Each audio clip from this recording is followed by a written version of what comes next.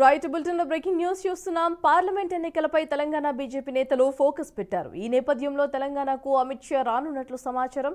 ఈ నెల 28న తెలంగాణకు షా వస్తున్నట్లుగా కేంద్ర మంత్రి బీజేపీ రాష్ట్ర అధ్యక్షులు కిషన్ రెడ్డి మీడియా చిట్చాట్లో తెలిపారు. అసెంబ్లీ ఎన్నికల్లో ఓటమితో పాటు పార్లమెంట్ ఎన్నికల్లో పార్టీ ఎలా సన్నద్ధం కావాలనే అంశంపై కూడా సుదీర్ఘంగా నేతలు చర్చించే అవకాశం అయితే ఉంది. ఇక అదే రోజున శాసనసభాపక్ష నేతను కూడా సైతం బీజేపీ నేతలు ఎన్నుకోనున్నారు. దీంతో పాటు తెలంగాణలోని 10 పార్లమెంటు నియోజకవర్గాల్లో పార్టీ గెలిపే లక్ష్యంగా ఫోకస్ చేయాలని షా దిశానిర్దేశం చేయనున్నారు. ఇక ఇదే అంశానికి సంబంధించి మరింత సమాచారం ఎగ్జిక్యూటివ్ ఎడిటర్ శివప్రసాద్ గారు అందిస్తారు. శివప్రసాద్ గారు చెప్పండి, పార్లమెంట్ ఎన్నికల్లో బీజేపీ స్ట్రాటజీ ఎలా ఉండనుంది, దానికి సంబంధించిన అప్డేట్. బీజేపీ పార్లమెంట్ ఎన్నికలకు సంబంధించి చాలా వేగంగా పావులు కలుపుతోంది. అమిత్ షా ఈ నెల 28వ తేదీన హైదరాబాద్ కి రానున్నారు. వచ్చిన తర్వాత అసెంబ్లీ శాసనసభాపక్ష నేతని ఎంపిక చేయడంతో పాటు పార్లమెంటు నియోజకవర్గాల వారీగా సమీక్ష నిర్వహించేటటువంటి అవకాశం ఉంది. ఈ సమీక్షలో ప్రధానంగా ఎక్కడెక్కడైతే పార్లమెంట్ స్థానాలు గెలుచుకునే అవకాశాలు బాగా ఎక్కువగా ఉన్నాయి అనేటటువంటి దాని మీద ప్రధానంగా చర్చ సాగుతుంది. వీలైనంత వరకు 10 స్థానాలు మాత్రమే అని అనుకోక్కర్లేదు.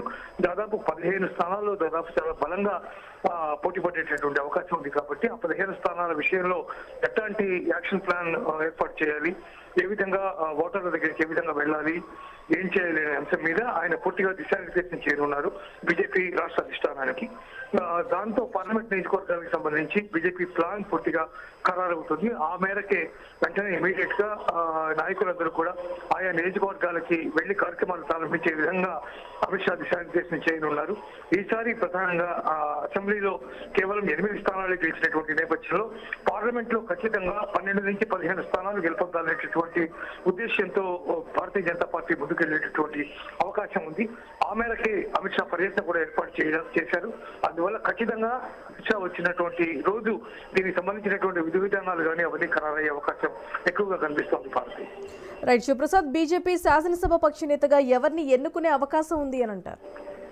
బీజేపీ శాసనసభాపక్ష నేత విషయంలో చాలా కొంత సందిగ్ధత నెలకొని ఉంది. ఎందుకంటే సీనియర్ అయినటువంటి రాజా సింగ్ కి ఇవ్వాలా లేదా కామారెడ్డిలో అటు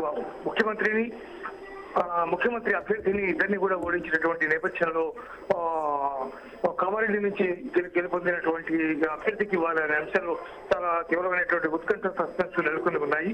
ఎవరు కూడా మేము ఖచ్చితంగా మేము చేస్తాం, మేము బరిలో ఉన్నామని ఎవరు చెప్పనప్పటికీ కూడా అందరూ కూడా దీంట్లో మేమందరం కూడా ఉన్నామనే విషయాన్ని ఎవరికి వాళ్ళు పరోక్షంగా తమ సన్నిహితుల దగ్గర కానీ రాజకీయ వర్గాల్లో కానీ చెబుతూ ఉన్నటువంటి పరిస్థితి కనిపిస్తోంది.